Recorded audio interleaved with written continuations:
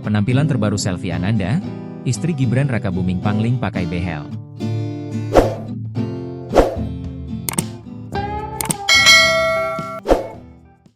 Penampilan terbaru Selvi Ananda, istri Wakil Presiden RI Gibran Rakabuming, kembali mencuri perhatian publik.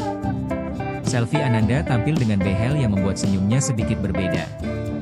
Tampilan terbaru Selvi Ananda itu terekam dalam unggahan Mua Antonius Anung. Ia membagikan video singkat selfie dalam balutan riasan serba pink.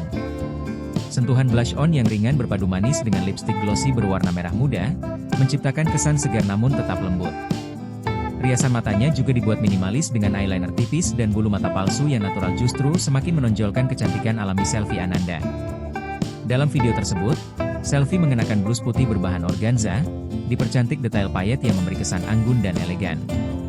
Gaya busananya yang sederhana namun berkelas ini dipadukan dengan aksesori manis berupa anting bulat, gelang, cincin, dan jam tangan. Tatanan rambut selek bun yang rapi semakin menyempurnakan penampilannya. Dalam balutan riasan dan busana tersebut, Selvi Ananda tersenyum manis ke arah kamera. Perubahan penampilan Ibu Jan Etes ini pun langsung menuai pujian dari para netizen. Cantik luar dalam, tulis akun Koper Fiber Solo. WPW sempurna cantiknya luar dalam, tulis akun Dian Mua.